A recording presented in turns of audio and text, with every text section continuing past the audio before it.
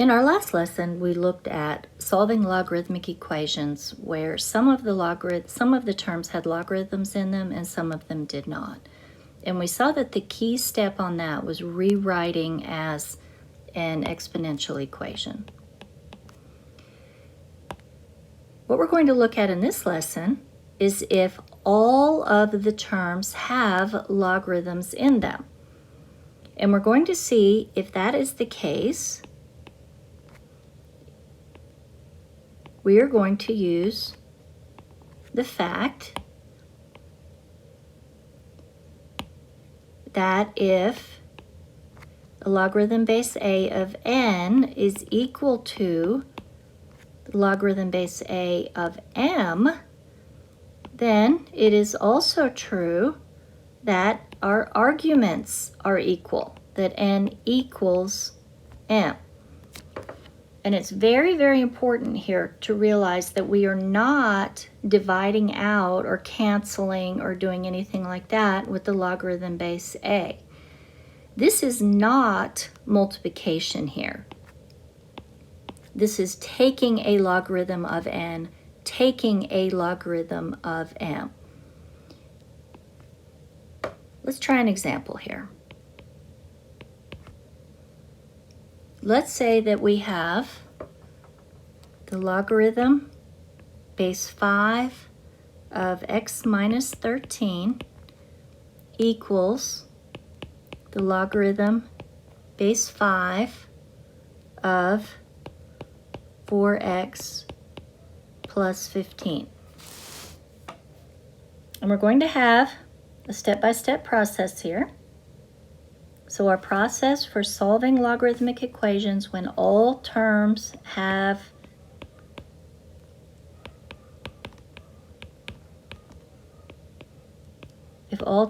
logarithms.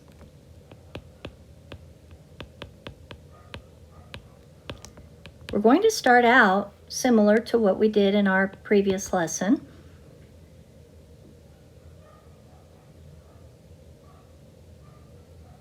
Where we get a single logarithm on each side.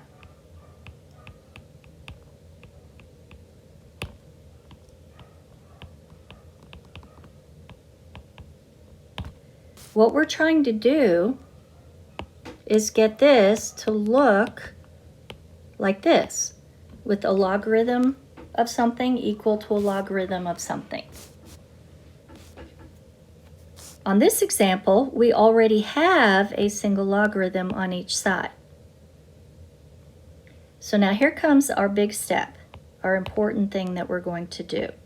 Once we have a single logarithm on each side, we know that if the logarithm of n equals the logarithm of m, then n equals m.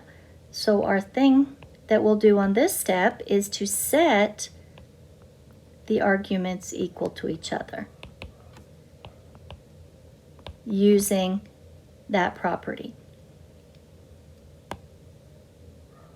So on our example,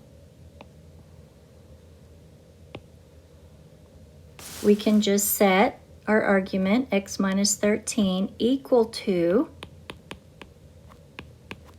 4x plus 15, and then we can solve that equation. But don't forget that you have to check that the argument is greater than 0, because you cannot take a logarithm of a negative number or of 0. So pause the video, solve this equation, and check.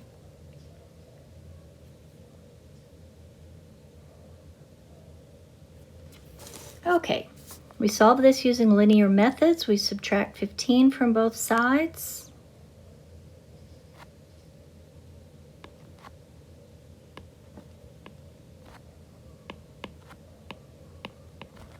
And we divide by 3, and we get negative 28/3. Now there's not a problem if x is negative. What's a problem is if when I plug back in I have a negative.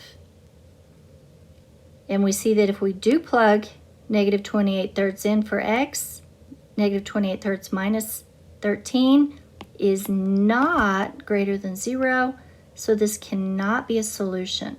So that tells me that there is no solution.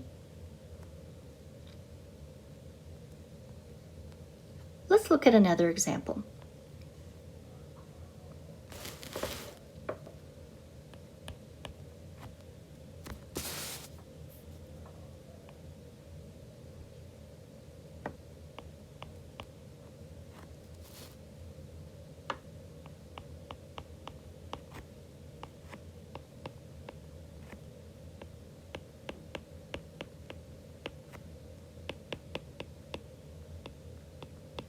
All right, so we have logarithm base 3 of b plus 14 minus logarithm base 3 of b plus 6 equals logarithm base 3 of b.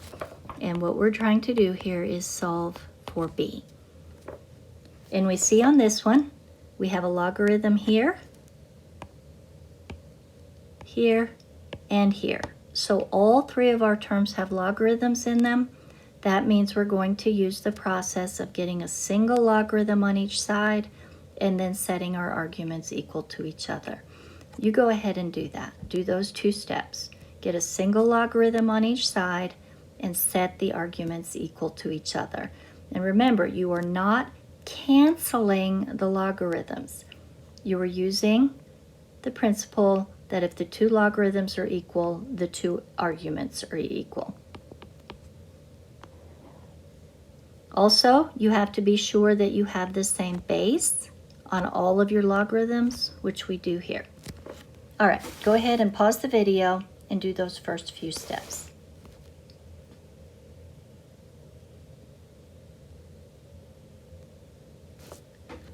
On the left-hand side here, we see that we have a minus between our two logarithms.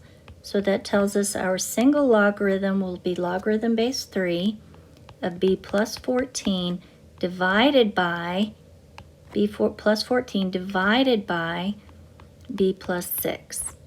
And order matters here.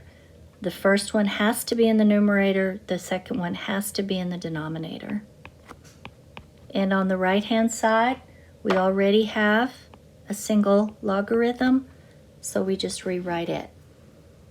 Now we're going to do our big step of setting the two arguments equal to each other. b plus 14 over b plus 6 equals my argument here, which is b.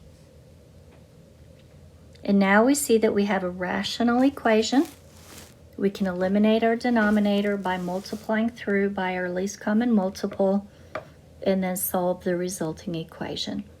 You go ahead, pause the video, and finish this one out.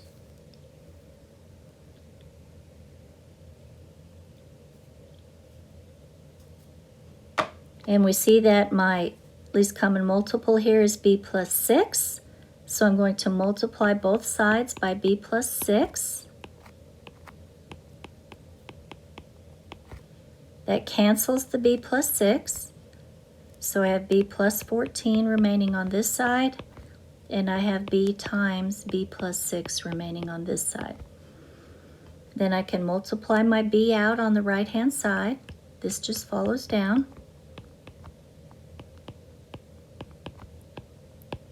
And this is a quadratic equation because of the b squared, so I want to get it equal to 0, keeping b squared positive, and try to...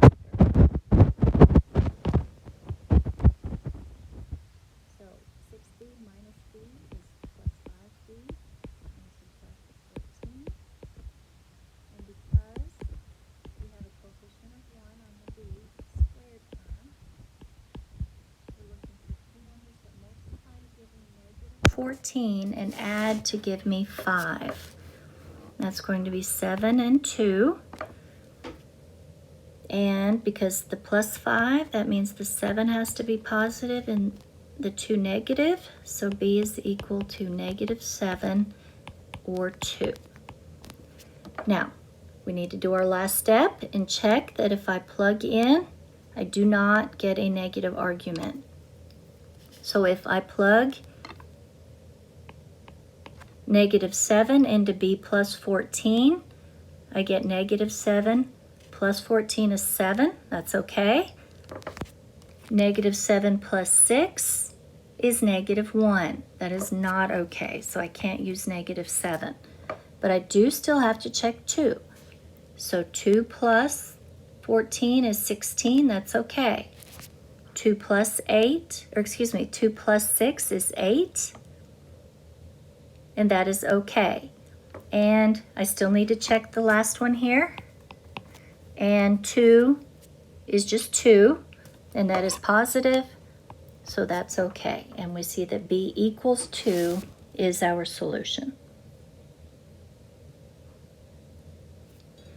Let's look at one more example here where something different happens. And on this one, we're going to have to use our last principle, the one with the exponent.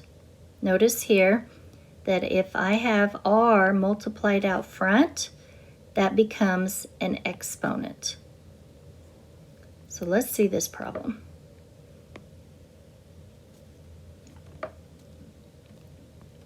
Natural logarithm of x plus 9 plus the natural logarithm of x minus 2 equals 2 times the natural logarithm of x. I want you to see, before I do it, I want you to try to get a single logarithm on the left-hand side and rewrite the right-hand side with an exponent. Rewrite the 2 as an exponent on x. Because we have the same, we have logarithms in every term, we know we're trying to get a single logarithm on each side. So go ahead and try that. Pause the video and do both of those.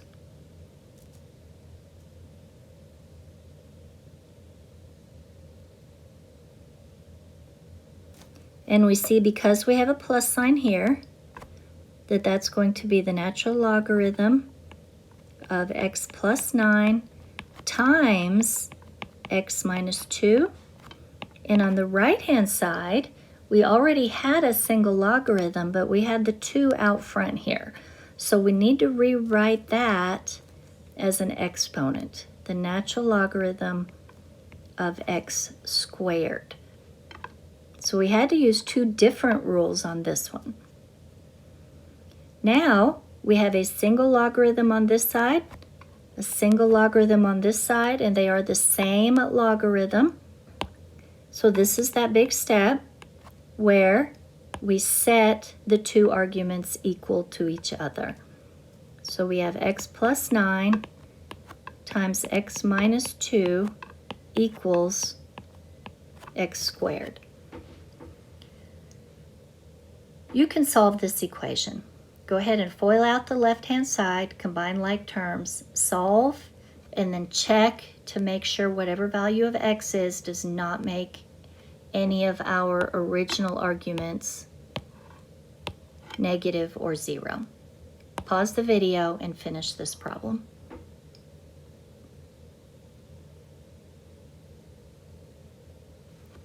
So if we FOIL here, we have x squared minus 2x plus 9x minus 18. The x squared just comes down, combining like terms.